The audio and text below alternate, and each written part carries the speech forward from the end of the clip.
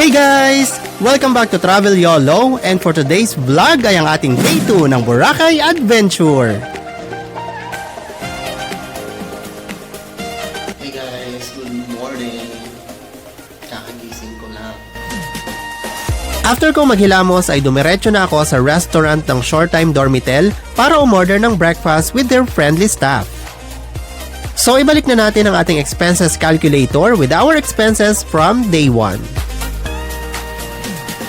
Ito guys yung kanilang breakfast. Corn beef tapa. After a few minutes ay na-serve na ang aking breakfast. Umorder ako ng tapa with hot choco worth 295 pesos.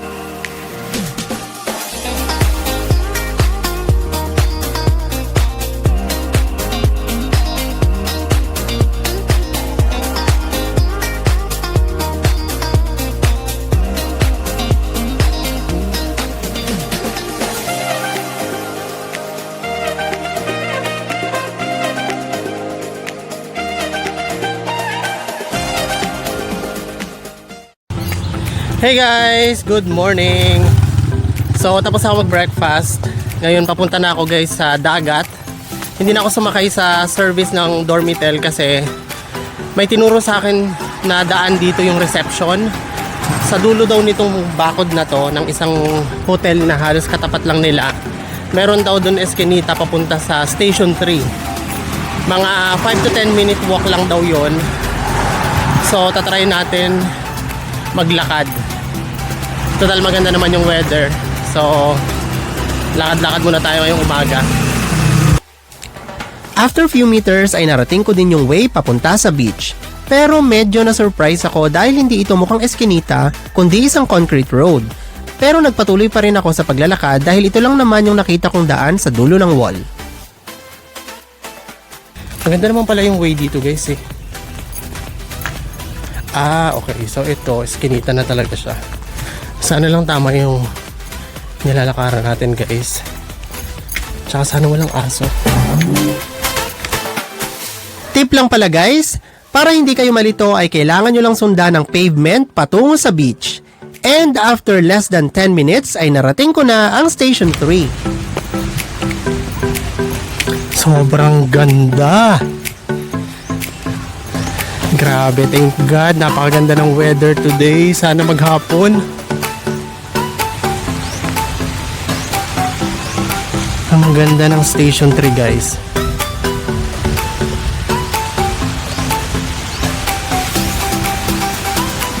Walang masyadong tao dito.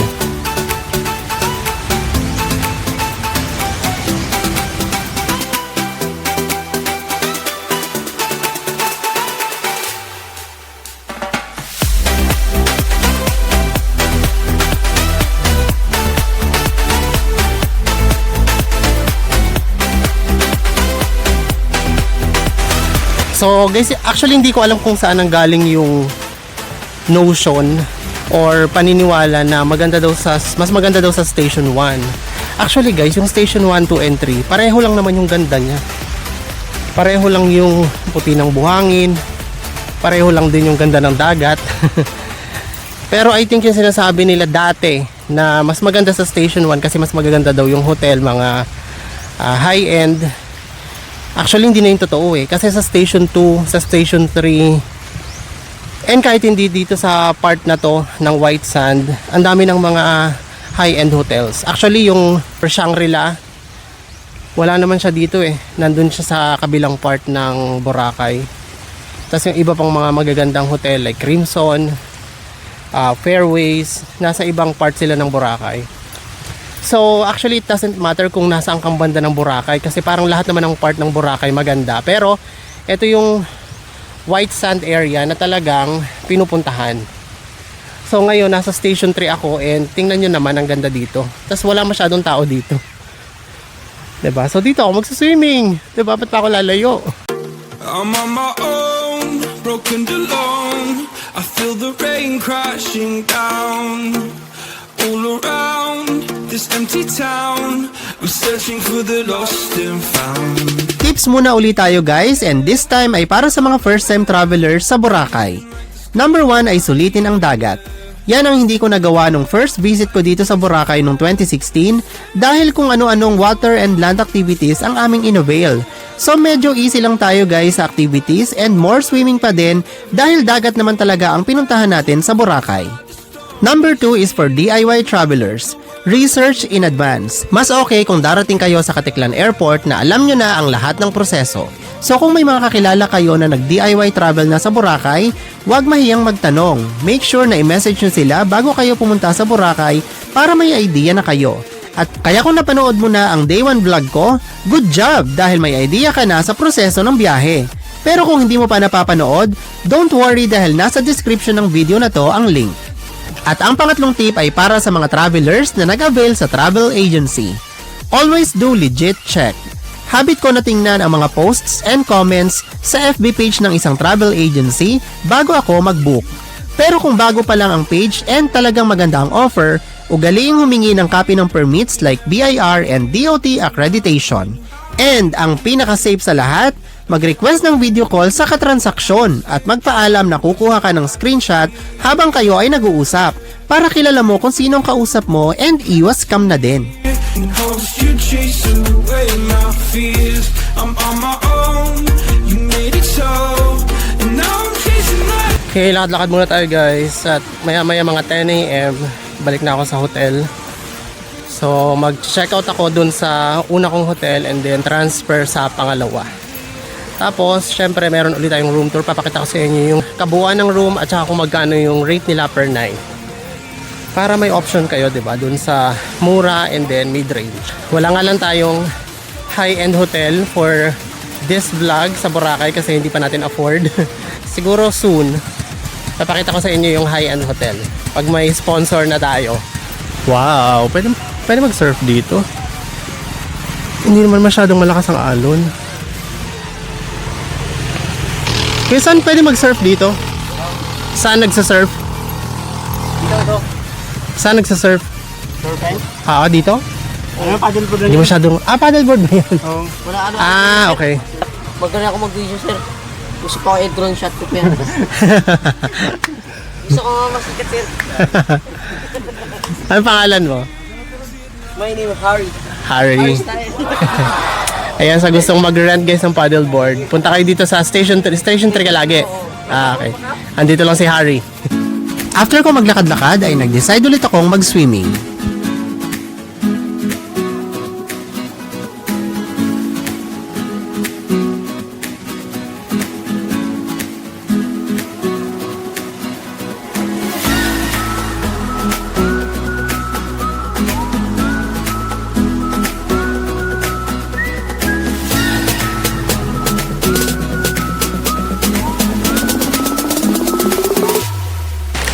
Ayun guys, so tapos ako mag-swimming. Sabi ko alis ako dito ng 10 AM pero 10:31 na. So, pabalik na ako guys ng short time dormitel. Lilipat tayo guys sa La Carmela de Boracay. So, papakita ko rin sa inyo guys yung room ko and syempre kung magkano yung rates nila per night.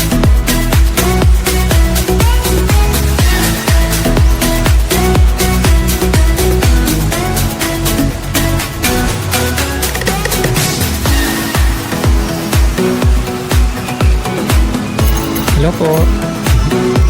Habang pabalik sa aking accommodation ay may nadaanan ako nagbebenta ng taho. Magkano po? 50 pesos? Sige po.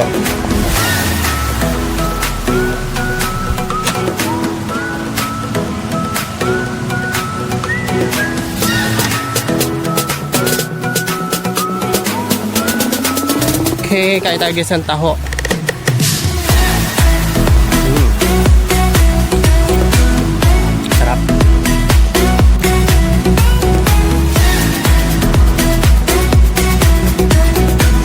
So para hindi kayo guys maligaw, ito yung pala tandaan ng Eskinita na papalabas doon sa kanilang main highway or main road. Ito guys yung Cayana Boracay. Yan, para hindi kayo maligaw guys, susundan nyo lang tong pavement na to. Kasi baka kung saan kayo mapunta dito. Anyway, hindi naman to nakakalito. Meron lang isang ano dito, eskinita na muntik na ako dong lumiko. Pero hindi pala yun yung way. Eto guys. Eto. Ay, sorry. I think papunta rin to sa dagat eh. Kuya, papunta rin ba to sa dagat? Dagat? Ito talaga. Okay, sige. Meron din dito. Okay. Sige po. Thank you, kuya. Yan, so hindi naman nakakalito to guys. Mga 5 to 10 minute walk lang na doon tayo sa main road. Pangalan mo pala, kuya? Archie. Ayun, sige Archie. Thank you. Yun, ang bilis lang natin. Andito na tayo guys. Hinihingal ako guys. Kasi pataas to eh. Tama-tama to guys. Kasi pag nasa Boracay kayo minsan, napapakain kayo ng madami. So at least, di pa, pang bawas ng kolesterol. So maganda tong packet na to.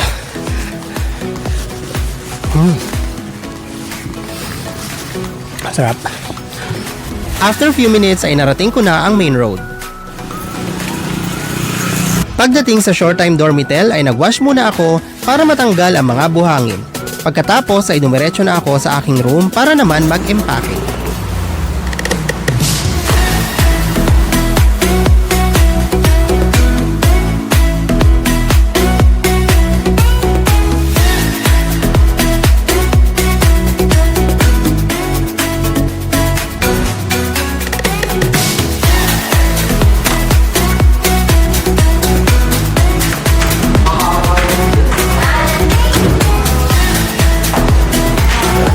Hello po.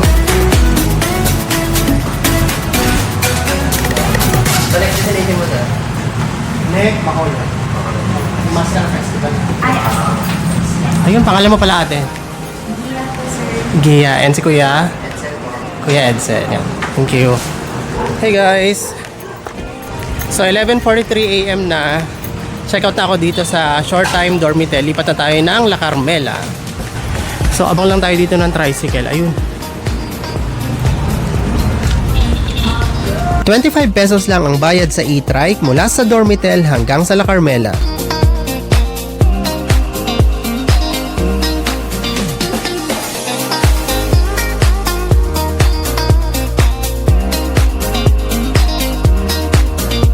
After less than 10 minutes ay narating ko din ang U-Hotel, ang landmark kung saan dapat bumaba kung pupunta kayo sa La Carmela de Boracay. Kailangan lang maglakad ng few meters from the main road. So ayun guys, nakababa na ako dito sa may U-Hotel. So kailangan ko lang lakarin itong papasok na to papunta sa La Carmela de Boracay.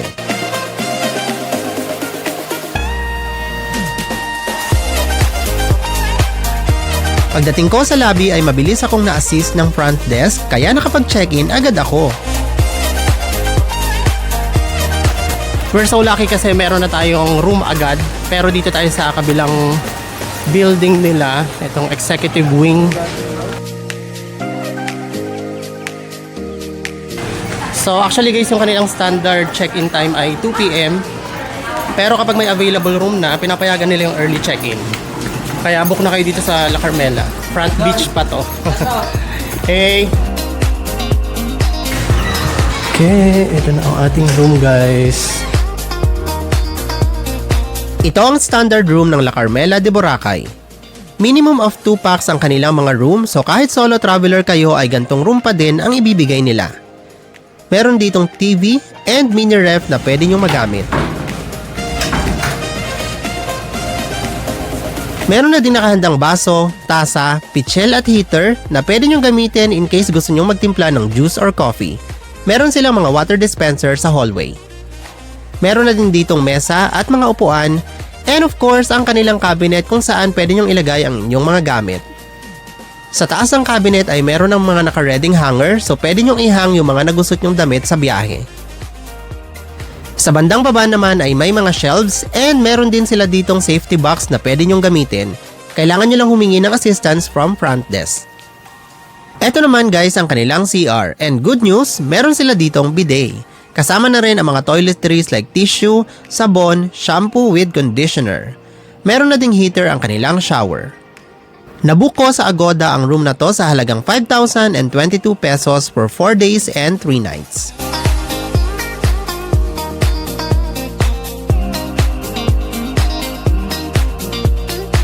After kong maligo at magayos ng gamit ay nag-decide naman akong lumabas para mag-lunch.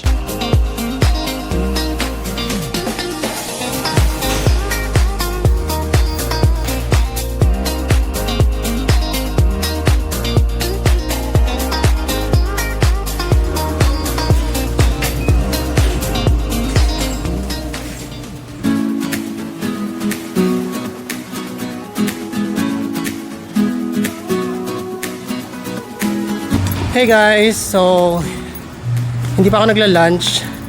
3 PM na. Nagpahinga ako so medyo sobrang init din kasi guys ngayon. Well, hindi ako nagrereklamo. Baka sabihin nyo pag maulan nagrereklamo, ngayon mainit nagrereklamo pa din. Nag-decide ako na lumabas ang gantong oras para hindi na sobrang terik yung araw. Pero actually mainit pa din.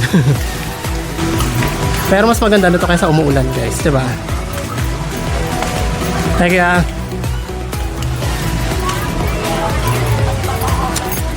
wow. So ito guys yung facade ng La Carmela de Boracay. So ngayon guys, papunta tayo dun sa kainan malapit sa lagoon. Papakita ko sa inyo yung kainan doon na mura. May mga nagsasabing overrated na daw ang Boracay. Well, nakadepende kasi talaga yan sa kung ano ang preference nyo. Pang-5 beses ko na dito ngayon and 100% sure ako na babalik pa rin ako dito. White sand, pinong buhangin, and clear blue water ang totoo namang highlight ng beach na ito. Idagdag mo pa ang mga water activities at mga affordable to high-end hotels, talaga namang world-class tourism destination ang kayang i-offer ng Boracay Island.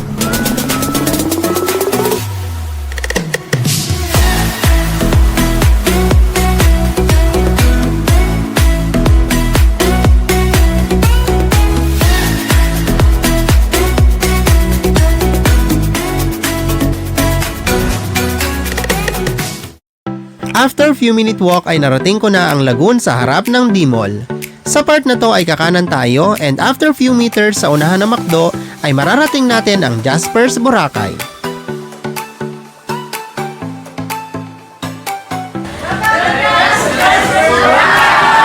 ...2016 nang una ako makakain dito and napakasimple pa lang ng kanilang store noon. Pero ngayon ay nag-level up na. Mas maganda na ang ambience pero mura at masarap pa din ang kanilang mga pagkain. Umorder ako ng sinigang with 1 rice and soft drinks for 115 pesos.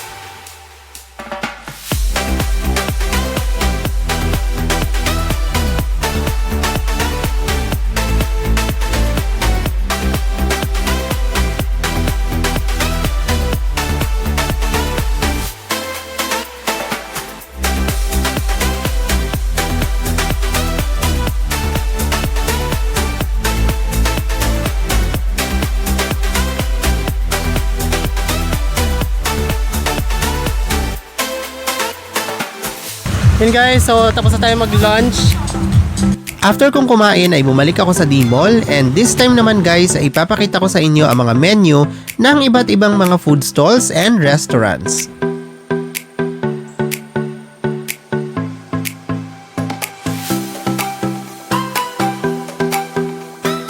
Welcome to Boracay! Mabuhay! How much of this cuisine you must try?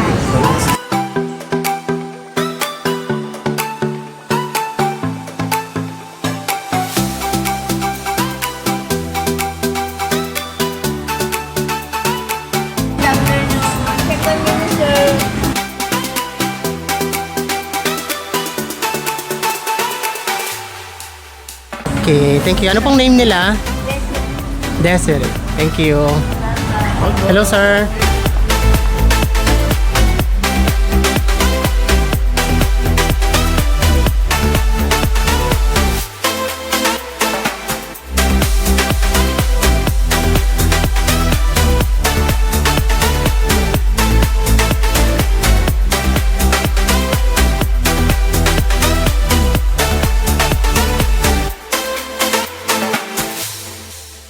Ngayon naman na i-check natin ang mga souvenirs na pwede nyong mabili dito sa D-Mall.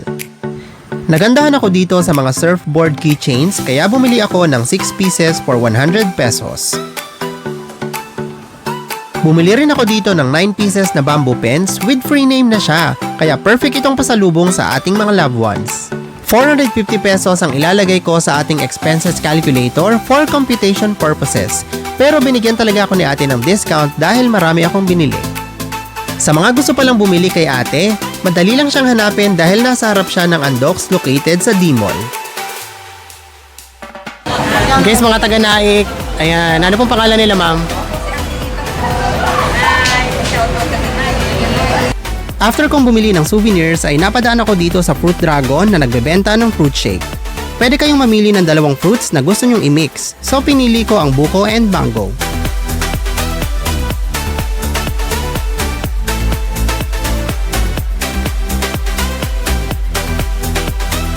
Sige, thank you, bye-bye. Bye-bye!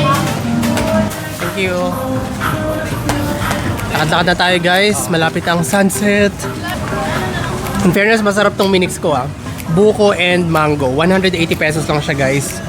Sa Fruit Dragon. Andito na tayo guys sa may dagat. Wow. Ang ganda na naman ng sunset today.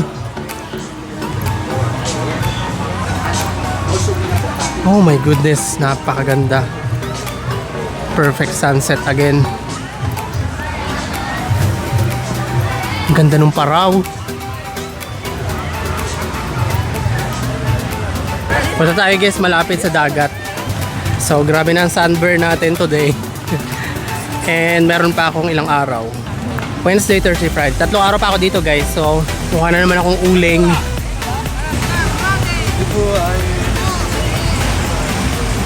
Wow!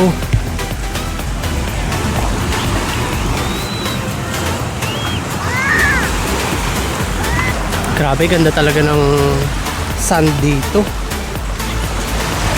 Hello kuya. Ano ang pangalan niyo sir?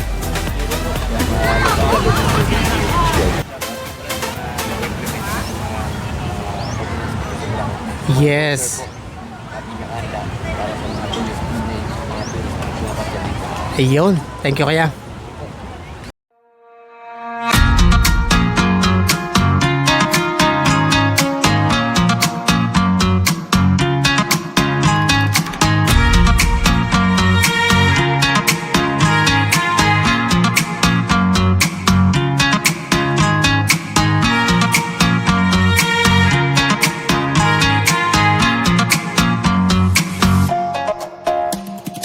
After kong manood ng sunset ay nag-decide muna ako mag-swimming sa pool ng La Carmela. Reminder pala guys na may strict rule ang La Carmela sa attire kung magsuswimming kayo. For male, kailangan ay nakatopless or rash guard and board shorts or trunks. For female naman ay kailangan naka-swimsuit or rash guard and shorts na walang zipper or botones. Same rule sa mga kids.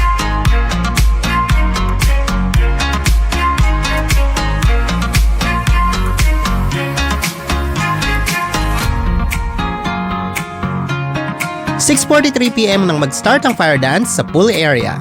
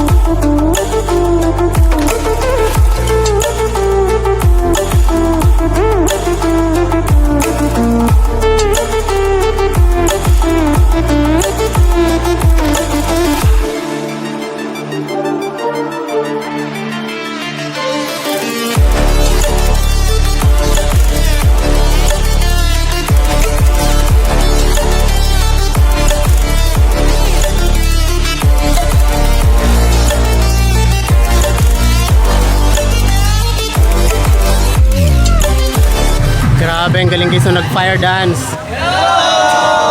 Shoutout po sa Philippine West Side Boy Artist ng La Carmela de Bulacan.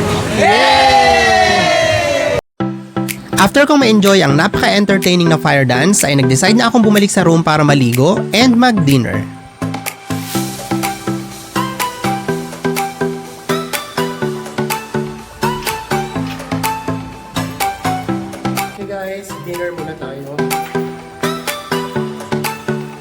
Nag-decide ako mag-dinner sa Paris Hilton, located few meters away from La Carmela. In case gusto nyo rin pumunta dito ay kumaliwa lang kayo pag-exit nyo sa beach area. Umorder ako ng beef pares for 215 pesos, only rice na siya. So that's it guys for my second day here in Boracay. Bukas naman na itatry ko ang Coco Mama and sunset viewing sa yate.